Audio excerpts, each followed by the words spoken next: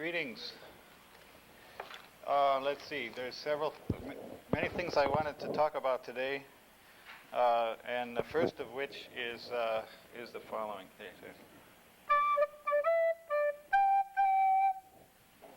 Whoops.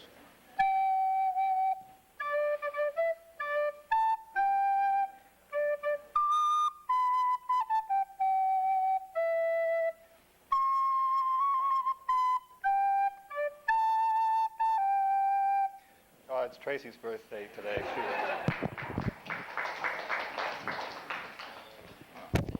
Enough of that. Okay. So, many happy returns. Now, the next thing, the agenda. I had this little quotation. There's been several things in the media about writing. I guess writing is more people are beginning to realize a big part of our life, and so that was in last week, I think. And one of my favorites was Russell Baker's column 2 or 3 weeks ago. Do you remember this one? Or did any of you run across this? It's very hard to get a headline like this through the systems these days. But here he's talking about using his word processor. Okay, now so man's quest is eternal, but what specifically is it that he quests, and why does he? Mankind's quest is man's and woman's quest, mankind's and womankind's quest, humanity's quest for the perfect writing device. Eternal has been humanity's quest. Eternal have been many of humanity's. From the earliest cave writing, eternal has been the quest for a device that will forever prevent writers from using the word quest. Now, but he's succeeded here, I think, in capturing the thoughts that go through a writer's mind when writing an essay. So it's easier to revise and edit with a computer than with a typewriter or pencil. This amazing machine makes it very hard to stop editing and revising long enough to write a readable sentence, much less an entire column.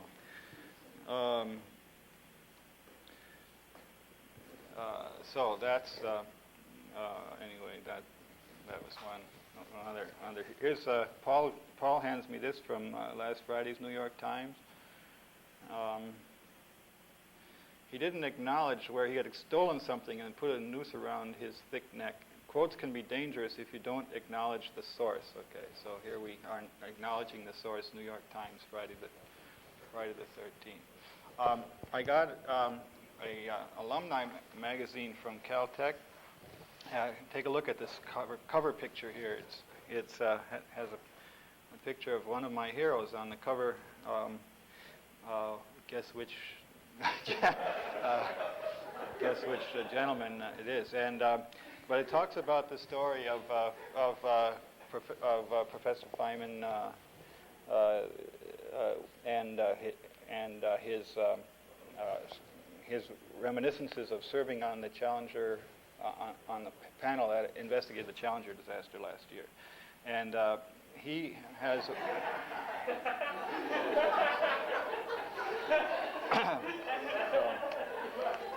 So he has... he has a terrific sense of humor, I think, among all the people that have been able to write humorous things in science. Besides being, of course, a brilliant scientist, Nobel Prize winner, and everything else, he has a way of giving a lecture. If you ever have a chance to hear him, he can convey technical stuff and still amuse you simultaneously better than anybody else. But he's talking here about this is a transcript of a talk that he gave, and he starts out and he says, before I tell you about the shuttle, I thought it would be interesting to you all to see the costume that I assumed in order to move around the natives without being too conspicuous. In Washington, they wear this kind of coat because it's a little bit cold there. It snows sometimes. He's a professor at Pasadena in Caltech, of course. So then he talks about it. So then he says, now that you've seen the equipment, I'm going to take it off and everything. So that was undoubtedly the suit that he's shown with on the cover of this magazine here. Now, but then immediately he goes into a discussion of the Challenger, and in a way that even I could understand what the technical problems were. And then he got through that quickly in a few pages. But then he starts, so then he talks about the issues about the commissions. It's really, I really enjoyed reading this article. Well, the thing I wanted to show you was some of the things that he commented on had to do with writing in the middle of this. So let's see, where are we? Oh, here's one. So let's see. All this time I expected we would be meeting in Washington to discuss what we had found out so far, to think it out together and look at it from different perspectives. In addition to the astronauts on the panel, there were lawyers, industrialists, there were scientists and engineers and so on, and to discuss with each other where to go with each other, where to go next. So, but in our meetings, all we ever did was what they called wordsmithing, correcting punctuation, refining phrases, and so on. We never had a real discussion of ideas. Besides the wordsmithing, we discussed the typography and the color of the cover. At each meeting, we were asked to vote, so I thought it would be efficient to vote for the same color we had decided on in the meeting before. It turned out I was always in the minority. We finally chose red. It came out blue. No, any humorist could give these lines, but he was he made some decent points here, and I find also though that his emphasis on wordsmithing is he's giving it a negative thing, but it is becoming part of our lives more that we want to find the proper place for it, and he talks about an appendix that he wanted to write for their report. I'd go for a while. When I come back, the appendix would be lost, but I kept pushing on it, watching it, nursing it along. I finally got it through to the point where it was at last in the hands of a real editor, a capable man by the name of Hansen, who changed all my whiches to that's and that's to whiches.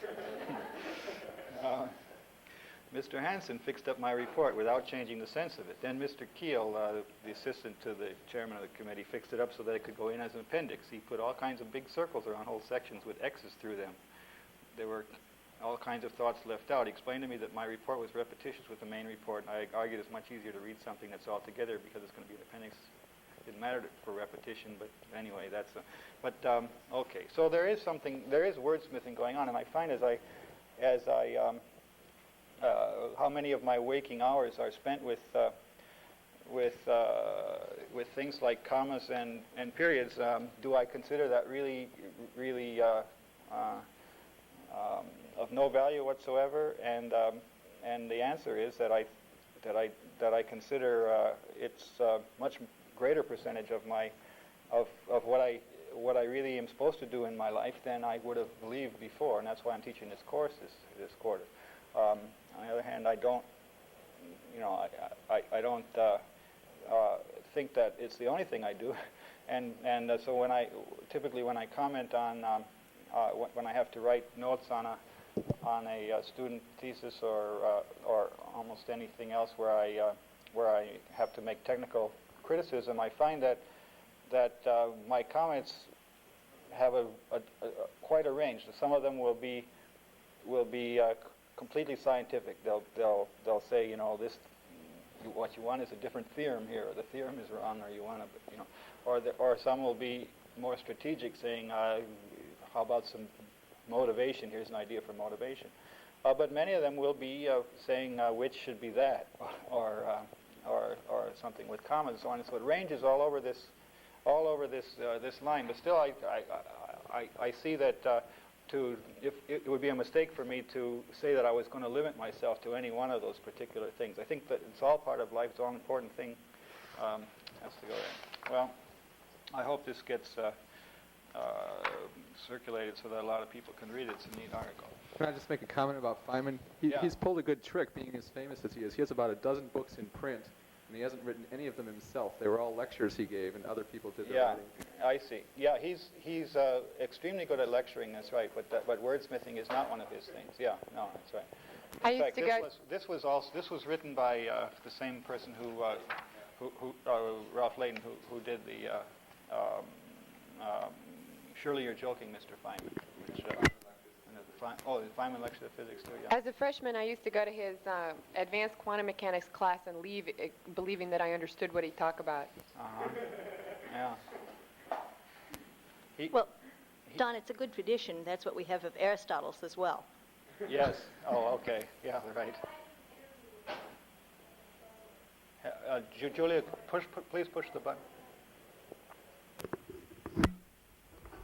I had the privilege of interviewing him when I was an archivist in Los Alamos. Oh. And I have a tape recording Los Alamos. Oh, yeah. of that interview. Yeah. Julia lived in Los Alamos for 2 or 3 years, I guess. And he in his book, you're joking, Mr. Feynman, he has wonderful stories about how he picked the locks in Los Alamos, and it was sort of the most important thing. I mean, the science would have flopped if he hadn't been able to circumvent the system that they had. Some of these things, but it was fun. I got busted once at Margaret Jack's Hall on the weekend opening a room that I wasn't supposed to have a key to. Yeah. Well, yeah, he came to one of my lectures. I gave a lecture at Caltech on backtracking, and I was really surprised to see him sitting there in the front row. Threw me for a loop there. But well, he's quite a guy. Okay, now I've got a big handout for you today, 50 pages long. Can you believe that? I want to explain that handout to you. This is going to cover you for a little while. For preparation, we're having guest lectures, as you know, starting on Wednesday for 4 in a row. Next Wednesday is Jeff Ullman, whose talk has been advertised as how to get rich by writing, or something like this. Leslie Lamport on Friday, Nils Nilsson a week from today, and then Mary Claire a week from Wednesday. Since you know Mary Claire from the book that you already own, but I want you to get to know some of the other authors, so I've got examples of their writing in this handout, and I'll talk to you a little more about that later. First, I should say about publicity for this. You can tell your friends to that they're all invited to. These are also like colloquia or something like that. It's a special thing that these people will maybe once in their life be for example, Jeff may never again give a lecture on how to get rich as an author, and Leslie and so on, and Nils. So these are special opportunities that other people who aren't taking the course regularly might want to know about. And we didn't get into the colloquium list for Leslie. We got Jeff's in there, but for some reason they didn't pick up on Leslie's talk on Friday. So I'd like to also make sure that these special lectures are heard about by people that you know that would be interested. Now, in this handout, see, what else do I have here? Okay, so in this handout, I start out with a short piece that Lamport wrote that I thought was an excellent example of a flame, but it's a finely done thing, because there's so many people talking about the controversial thing about WYSIWYG languages and so on, and he's got a way of presenting it that actually has some technical content to it. So that's a nice short little 4-page thing. Now the next one is from Jeff Ullman's book, the Principles of Database Systems. Jeff, I think, has written 12 books by now, but 13 and 14 are coming out soon. And one of the things that he's just putting through our typesetting machine this month is the 3rd edition of this book, which will actually have a different title, and it'll be a 2 volumes set. And he's finished the first volume. It's about to come out, and so he's going to use some examples in his talk on Wednesday. I mean, the first part is about finances, but most of it will be about how to choose examples when you're writing a book. And so this is fresh in his mind. as he's talking. And now I've selected excerpts of one of the chapters that I thought was that I know is well done, because I had to read it when I was on the comp committee last year. We had a question that on the comp that needed the knowledge from this chapter, and so in order to understand the question, I had to learn this much about database systems. And I like this chapter a lot, so I show you so you can read it too and see see if you don't think that it succeeds in getting very complicated issues described very simply. It also shows me that I should make TeX easier to use to generate ruled lines. The book some lousy copy preparation person at the publishers went and drew these lines in here, and they spoil the rest of the book. But they don't look as bad on TV as they do in the handout. Now, so this talks about rather complicated issues in concurrent things on a database, but I think it makes extremely easy to understand what the issues are.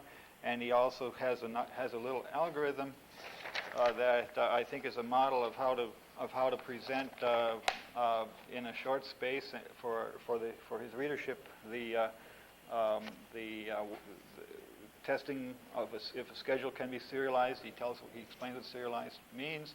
The algorithm begins there and finishes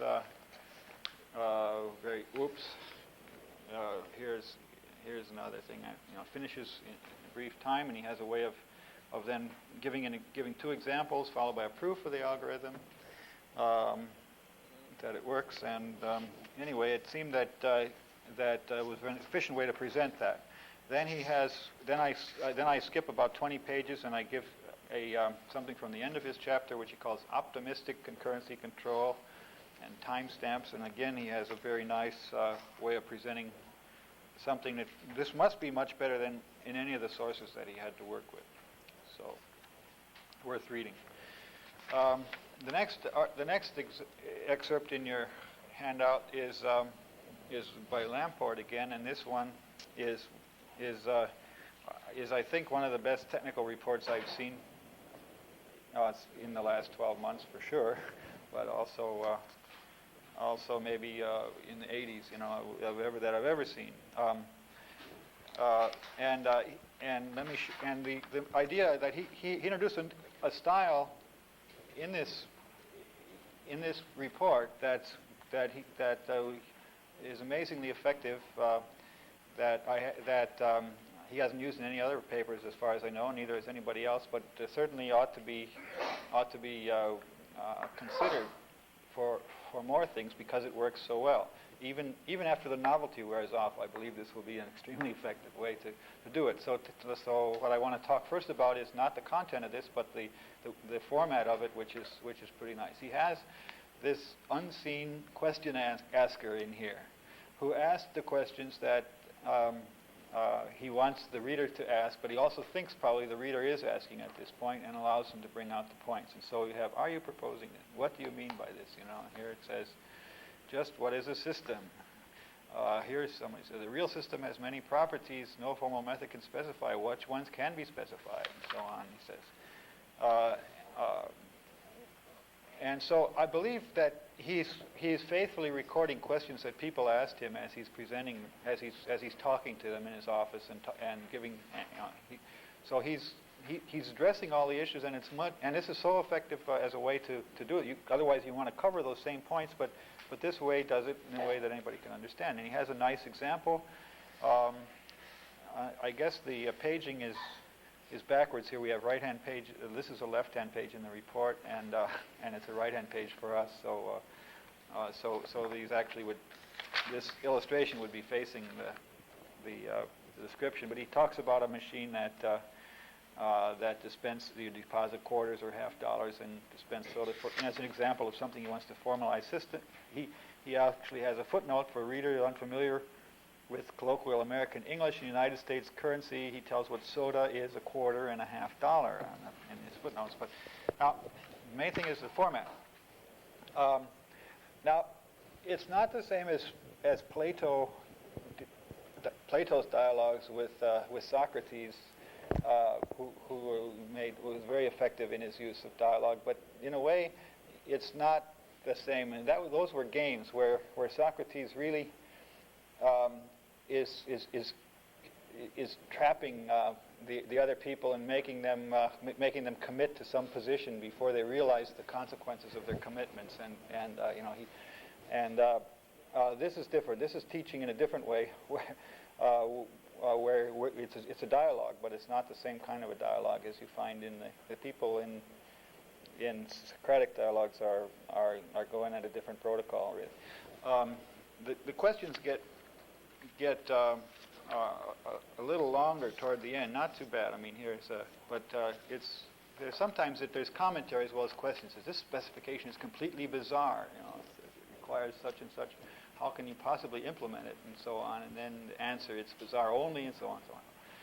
Now he has a long question, which has Greek letters in it and everything. So that's okay. It gets into the style where if this had appeared on the first page, you wouldn't have understood that this was you wouldn't have understood that this was a nice dialogue. But by the time you're here on page 23, it's okay. This is the right way to ask the question. Then the guy goes to the blackboard and puts alphas and betas on it and asks that question. I haven't given you the whole memo here, but I've just given an excerpt so that you can see the use of the style. And if you want to read, if you want to learn the subject, you have to read the whole memo. But this is I encourage you to browse this for the style. Now, I guess Galileo used dialogues very effectively in his scientific writing, and he would have, but it was more of a, what is it, trialogue? What is it when you have 6 people in a dialogue? Anyway, he had people. I don't remember the names of them, but there was one guy whose name wasn't exactly Stupidus, but it was something like this. Simplicius? Yes, okay. And so there are different personalities among the different people in Galileo's dialogue. Alfred Régnier wrote a nice little book called Dialogues in Applied Mathematics that has 3 dialogues. One goes Socrates and a mathematician of his day. Another one is Archimedes and King Hieron of Syracuse, and another one takes place in the Middle Ages somewhere. Maybe Galileo is involved in that dialogue, in fact. And those are very well done, where Régnier is presenting there his philosophy about mathematics by putting words into the mouths of ancient people.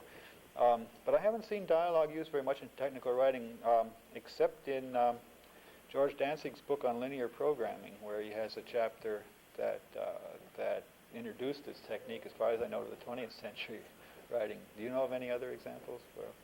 And I'm not sure.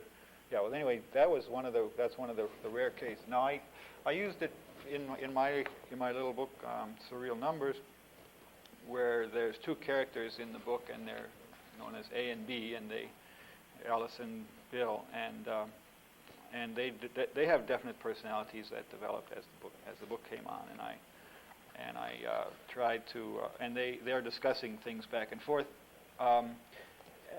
After a short time, I found that I could really be effective in presenting a flow of ideas this way. And again, I tried to be honest. These are thoughts that I actually had as I was thinking of the subject. This book is a presentation of some ideas that John Conway told me at lunch one day, and jotted down on a napkin, and I lost the napkin. But I decided it would be a great example of a case study in research, how to do research, and so I had the characters actually reinventing Conway's system in this book. Meanwhile, I was also reconstructing it myself from what I remembered of the conversation we had a year ago. And so the false starts that I made and so on are also made by the people in the book as they do it. this book I wrote in 6 days, and then I rested on the next day. I guess I tell a little story about it. I'm not sure, but I tell this story so often. I'm not sure. Have I already told it in this course? No. Anyway, it was probably the most exciting week of my life. Was the week that I wrote this book. I don't think I could ever recapture it again. But I look back on it still with great pleasure. I rented a. Okay, well, let's see. I discussed with my wife.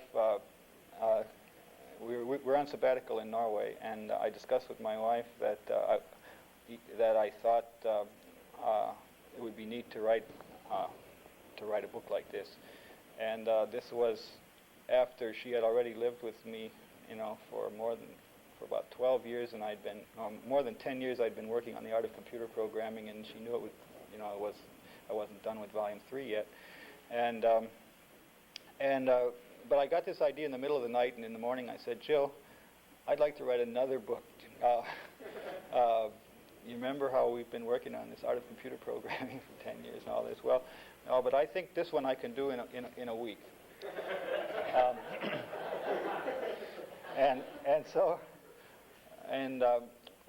So to my surprise, she said, this sounds like the right time in your life where you could do something like this. Here we are in Norway and everything, and so she was encouraging, and in January I went and got a hotel room in downtown Oslo, near where Ibsen used to write his plays. I thought I would get some of the be able to pick up some of the nuances there,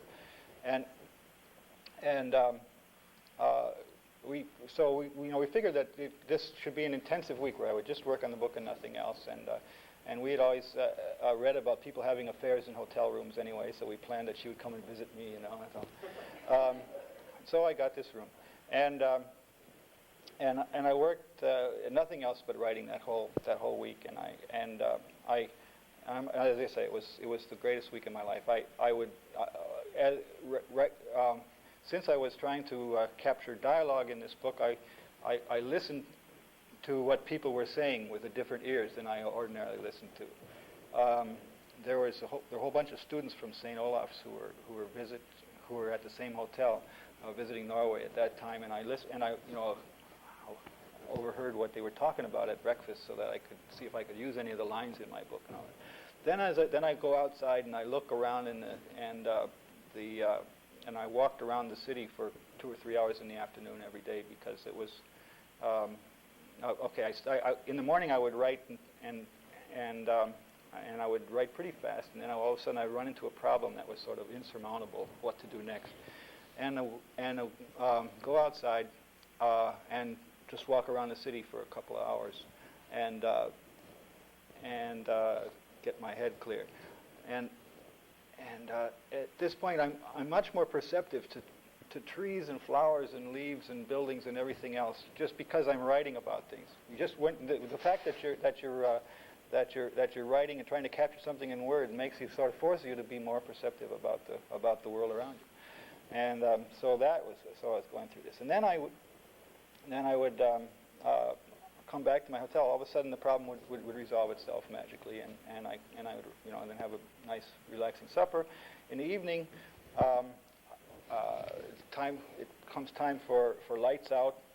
It's time to go to sleep after all. And so I turn out the lights, and then the next chapter flashes into my mind, and I have to turn back the thing on. I don't even. So I have to put on my glasses and everything. I really didn't want to wait that long, but I have to write it down. And the thoughts are coming so fast that I don't have time to write down the words, but I can only write down the first letter of every word, So I'm going down and writing the first letter of every word. Then I turn the lights out, sleep very well, and so on. The next morning, I have to figure out what those first letters meant. It came out okay, and I'm ready to go for the next day and everything. And this was 6 days, and then at the end of the sixth day, I went and took a walk in the King's Garden, beautiful tree. I just can't tell you how pleasant it was. The hoarfrost on the trees, sky was a deep blue. I gazed up at these trees in ecstasy for an hour, just wandering around in this garden. But I had finished the book too, and I was really happy. And on the 7th day, I tried to write a letter to Phyllis to tell her how to type this manuscript. And I couldn't write a single sentence. I'd get into the middle of a sentence, and it was just like Russell Baker. I couldn't finish the sentence. I couldn't remember what the point of it was going to be, and so on. All of a sudden, this muse that had been sitting over my shoulder for 6 days disappeared. And finally, I got a letter written and got the manuscript sent off and went on. But this was something special. The book hasn't been a commercial success.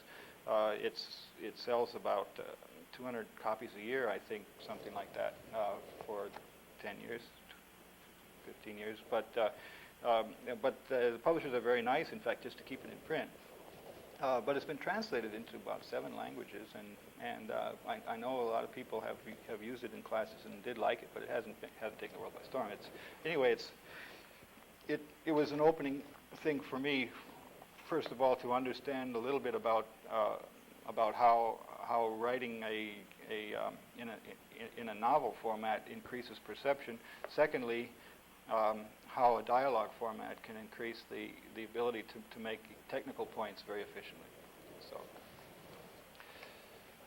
the next handout here is from Nilsson's and Genezer's new book that just came out recently, Logical Foundations of AI, and this was based on the course they taught last year in the class notes and everything, and the students went through those and made lots of suggestions so that they could go through. And I'm giving you an example here of a chapter that I know they found hardest to write, and so they drafted it several times, and I think it's a hot research area in AI, and it's something that hadn't been ever presented before to an audience at the level of this book. Here it is already in chapter 6, and they had to really rethink all the ideas in order to get them presented well. So here I think is one of the great pieces of technical writing, being able to take this new thing and present it in a way that is done well. The choice of examples is good. The way things go hang together with examples, the informal and formal combinations, all done extremely well.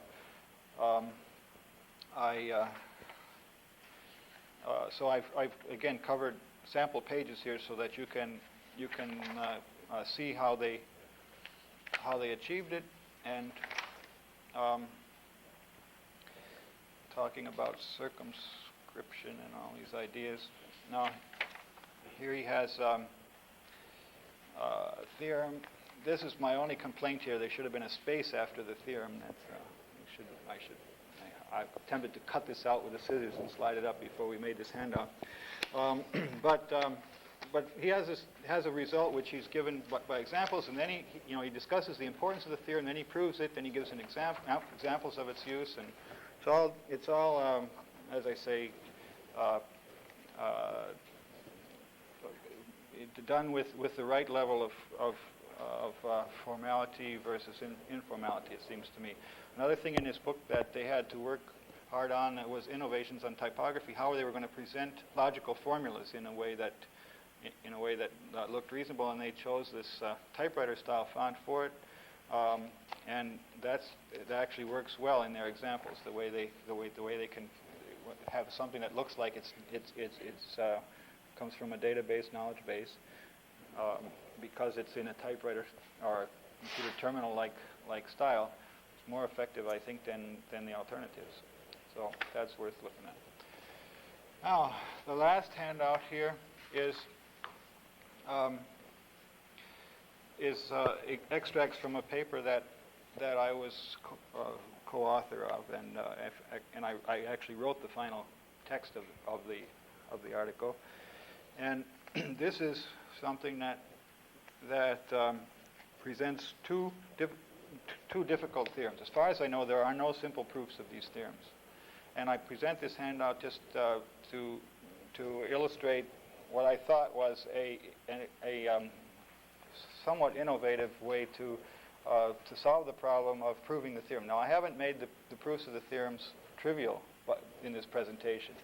As far as I know, there's no way to do that. But I think I have been able to communicate the proofs that we had in the most effective way by the ways that I chose in this thing. So let me explain what that is, and then you can judge for yourself. Now, the first theorem was an algorithm, was a construction telling how we could decide if a graph could be put together into a straight line in such a way that you never had to stretch any of the wires more than length 2.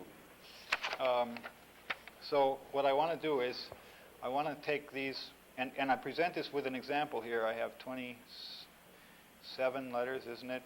X, Y, Z, and ampersand. And so these 27 letters are to be put into a straight line in such a way that any two that are adjacent are connected by a line here, are either supposed to be next to each other or at most one apart in the final thing. So you could, from J to K to L to O, in the final thing, you might actually have K before J and then L after, because that would J to K. You can still skip one to get to L, but you can't. But you couldn't have.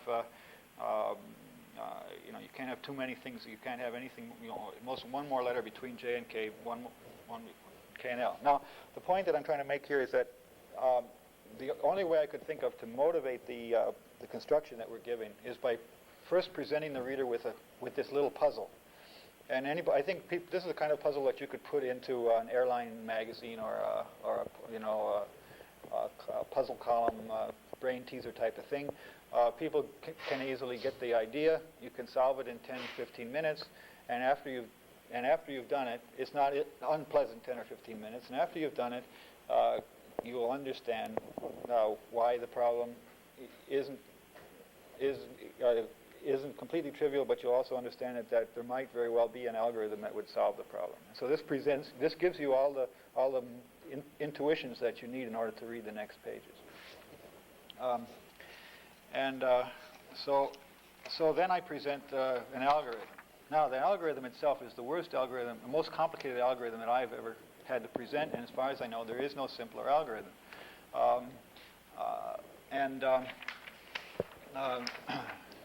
So this next page here presents the end of the algorithm. I don't give you the algorithm itself. I didn't dare. But notice this here, case 3.4.5.3.3.3. Now, we're into a bunch of cases here, and this as far as I know, these cases are all necessary.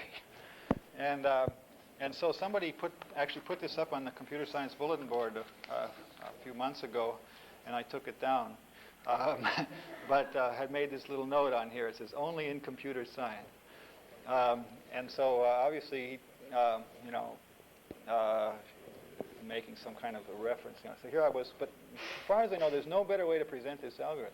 And it's very true. This is only in computer science. I mean, somehow the ability to handle lots of cases is the computer scientist's strength and weakness. It's a strength in that we seem to be able to handle a variety of cases fluently in our daily work. We have to be able to write computer programs that involve 10 different kinds of operators that we're allowed to do, and these are diverse from each other. We handled this kind of complexity reasonably well. That's probably why we became computer scientists. On the other hand, it's a great weakness too, because then we don't try for unity when there is unity as much. We aren't encouraged to, like if we were more pure mathematicians, we wouldn't handle this. We wouldn't consider this even an option to have this many cases, and so we would never solve the problem that needs cases. But what if we get to a problem that doesn't need cases? We'll still come up with a solution that has them. So that's our strength and weakness, I think, for computer science. So it's a true comment for sure. But this was, as far as I know, the only way to prove the thing, and I was able to still boil down and make the cases understandable to anybody who needs to know. And actually, we had people who read this, believe it or not. But but basically you get the idea by solving that puzzle. So that was the idea there was presenting the little puzzle at the beginning.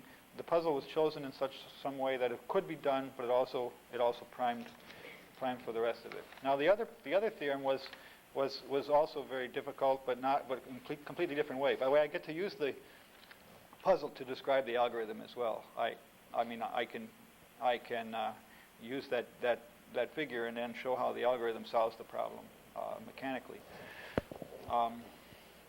Now, but the second part is another result, a construction of a different kind called tree bandwidth is NP complete, and this is a reduction of one problem to another that requires quite a complicated construction of graphs.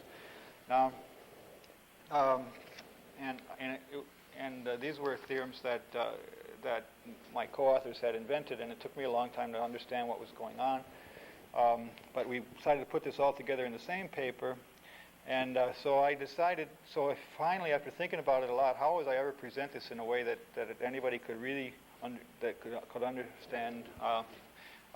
Finally, I came to the realization that maybe people in biology aren't so stupid as I had thought before. Namely, the people in biology have all these words that look like complete gobbledygook to me. And DNA used to be that you had to know not only that there were 4 things in DNA, but each one of them had a 6-syllable name or something like that, didn't it? I mean, now they finally abbreviated to letters. But at the first part, you knew them by these long names. And I always thought that was really strange.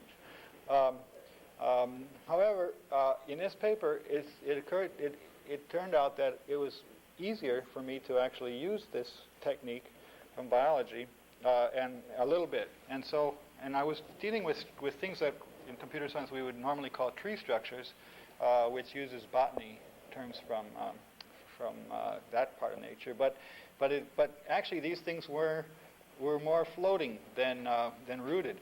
And so I went to the encyclopedia and I found out that what I really wanted was jellyfish, or something which so of course I'm writing a scientific paper, so I talk about pelagic hydrozoa, of the order Siphonophora. I'm trying to be very scientific here, but I got over that in a hurry. But really then I say marine biology. So the free trees we shall construct bear more resemblance to pelagic this is swimming, and hydrozoa are these things that go in the water and animals in the water, right? Zoan is animal and so on. And this is an order Siphonophora, which includes jellyfish and a bunch of other things. And so we find it convenient to use terms from marine biology rather than botany. And so then I talk about the things, and these things have stems and polyps and tentacles. And a word like tentacle especially is reasonably easy to identify with somehow when you're doing it. Now, and there were filament, and then the important thing here is the nematocysts. Now, this is a word that has not appeared in computer science journals before. It really means stingers. Yeah. And I could have called it the stingers, but I decided it was better to call them the nematocysts. I don't even know how to pronounce it, but I'm assuming nematocysts is right. But having this word was very easy to read the rest of it, because you knew what I mean, I don't know, we're fairly good at picking up that kind of a word and being able to associate it with the tentacle.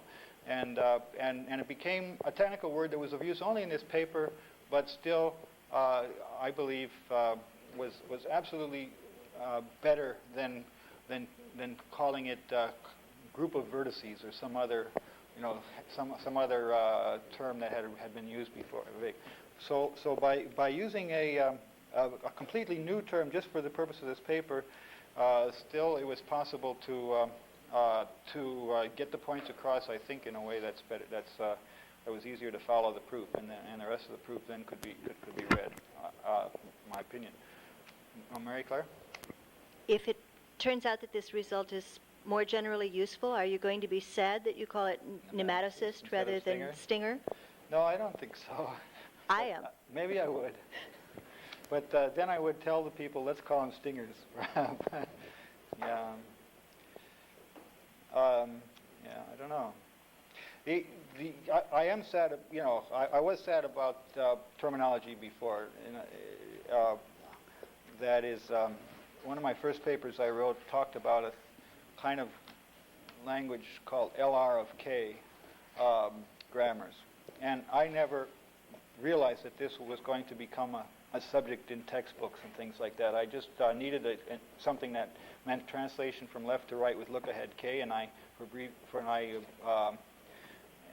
just without any thought whatsoever, I just needed an abbreviation for it, so I said LR paren K. And then this turned out to be a big subject for a lot of research for the next 10 years or something like this. And I didn't really, since I hadn't given much thought to it, it was already there, though. There was no way to change it anymore. So 5 years later, I tried to think of a justification for having that many letters. Why didn't I just call it L of K or something like this, you see? So 5 years later, I thought of a way to define something else that could be L of K and R L of K and R R of K. And so then we had a family of 4 related methods that could be understood in to have some logical sense to them. But actually it didn't in original. And I sort of just forced myself afterward to think of a logical sense. And it seems to come out okay in the end. But I wasn't proud of it at the beginning at all. Okay. Yeah, good point. Now, so I won't have...